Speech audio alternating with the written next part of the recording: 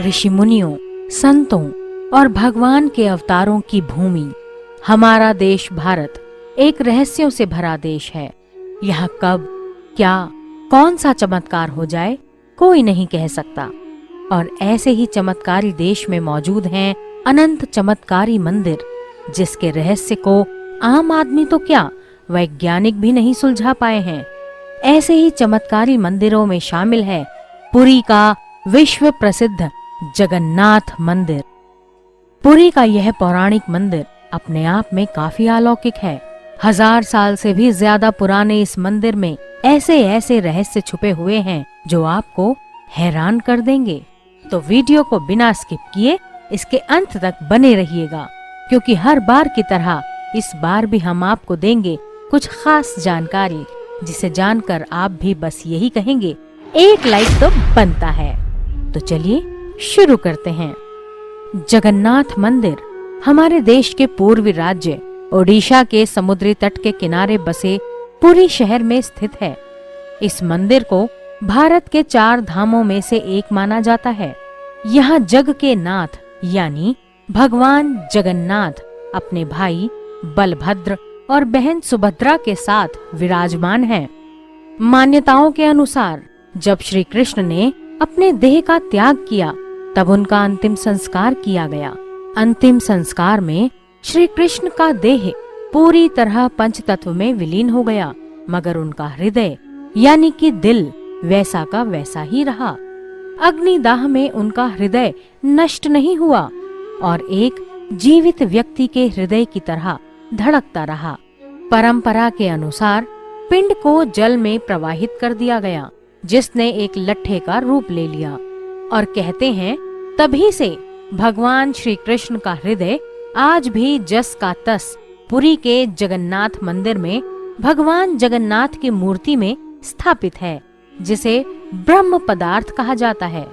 हर 12 साल में एक बार भगवान जगन्नाथ की मूर्तियों को बदला जाता है, और इसके पीछे का कारण ये माना जाता है कि इस धरती पर बनी किसी भी लकड़ी के चीज के सड़ने की संभावना सदैव होती है। ऐसे में मूर्तियों को केवल उसी साल बदला जाता है जब हिंदू कैलेंडर के हिसाब से साल में आषाढ़ के 2 महीने आते हैं, और ऐसा केवल 8, 12 या 19वें साल में ही होता है। मूर्तियों के बदलने के इस मौके को नव कलेवर कहते हैं। नव कलेवर 2 उड़िया शब्दों का संयोजन है, जिसमें नव का अर्थ होता है नया और कलेवर का मतलब होता है शरीर। नव कलेवर के दौरान देवताओं को एक विशेष प्रकार की नीम की लकड़ी से बनाया जाता है, जिसे दारू ब्रह्मा के नाम से जाना जाता है। इस समारोह की तैयारी चैत्र के महीने में शुरू हो जाती है। नई लकड़ी की मूर्तियों के लिए सही पेड़ की तलाश में मंदिर के कार्यकर्ता काकटपुर गांव के मंगला मंदिर में उनकी मदद के लिए पीठासीन देवी से प्रार्थना करते हैं। देवी प्रधान पुजारी के सपने में प्रकट होती हैं और उस जगह के बारे में बताती हैं जहां सही पेड़ स्थित है। दिलचस्प बात यह है कि देवी की भविष्यवाणी हमेशा सही साबित होती है। जगन्नाथपुरी के मंदिर में सुदर्शन की मूर्ति के लिए जिस पेड़ की तलाश की जाती है, उसमें 3 शाखाएं होनी चाहिए। साथ ही नीम के पेड़ की छाल लाल रंग की होनी चाहिए। बलभद्र की मूर्ति के लिए पेड़ की 7 शाखाएं होनी चाहिए और इसकी छाल हल्की भूरी या सफेद होनी चाहिए। सुभद्रा की मूर्ति के लिए पेड़ की 5 शाखाएं होनी चाहिए, साथ ही छाल पीली होनी चाहिए। और अंत में भगवान जगन्नाथ की मूर्ति के लिए पेड़ की 4 मुख्य शाखाएं होनी चाहिए, मगर गहरे रंग की। अन्य दिलचस्प विशेषताओं में पेड़ के समीप जलाशय, शमशान और चींटियों की बांबी जरूरी है। वृक्ष की जड़ में सांप का बिल भी होना चाहिए और वो पेड़ किसी तिराहे के पास हो या फिर 3 पहाड़ों से घिरा हुआ हो। पेड़ के समीप वरुण, सहादा और बेल का पेड़ भी होना चाहिए। अब इतनी सारी खूबियों वाला पेड़ ढूंढना इंसान के बस की बात नहीं है। इसके लिए तो भगवान को स्वयं मदद करनी होगी और भगवान हर नव कलेवर के दौरान ऐसे नायाब पेड़ ढूंढने में पुजारियों की मदद करते हैं। जब उन पेड़ों को ढूंढकर निकाला जाता है तो फिर शुरू होता है नई मूर्तियों को बनाने का कार्य। आश्चर्य की बात यह है कि नई मूर्तियां बनने के बावजूद इनका स्वरूप, आकार, रंग, रूप, लंबाई, चौड़ाई सब कुछ पहले जैसा ही रहता है। मूर्तियों का निर्माण पूरा होने पर पुरानी मूर्तियों को नई मूर्तियों से बदल दिया जाता है।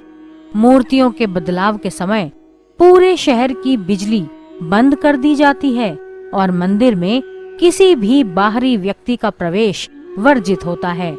इन मूर्तियों को बदलने के लिए जो पुजारी अंदर होते हैं उनके हाथों में दस्ताने पहनाए जाते हैं और अंधेरा होने के बावजूद उनकी आंखों में पट्टी बांधी जाती है ताकि पुजारी भी मूर्तियों को न देख सकें। पुरानी मूर्ति से जो नई मूर्ति बदली जाती है उसमें एक चीज वैसी की वैसी ही रहती है और वो है ब्रह्म पदार्थ। इस ब्रह्म पदार्थ को पुरानी मूर्ति से निकालकर नई मूर्ति में स्थापित कर दिया जाता है। बहुत से पुजारियों का कहना है कि मूर्तियां बदलते समय जब वे ब्रह्म पदार्थ को पुरानी मूर्ति से नई मूर्ति में डालते हैं तो उन्हें कुछ उछलता हुआ सा महसूस होता है। ऐसी भी मान्यता है कि इस ब्रह्म पदार्थ को देखने वाला अंधा हो सकता है या उसकी मृत्यु हो सकती है और शायद इसीलिए भी मूर्तियों को बदलते वक्त पुजारियों की आंखों पर पट्टियां बांध दी जाती हैं।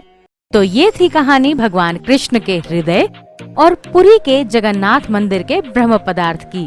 और अगर अभी तक आपने वीडियो को लाइक नहीं किया है तो भगवान जगन्नाथ का जयकारा लगाते हुए कहिए जय जगन्नाथ और जल्दी से कर दीजिए वीडियो को लाइक, चैनल को सब्सक्राइब, बेल आइकन को प्रेस और दोस्तों और रिश्तेदारों से शेयर। मिलते हैं जल्द ही ऐसी ही कमाल की जानकारी के साथ।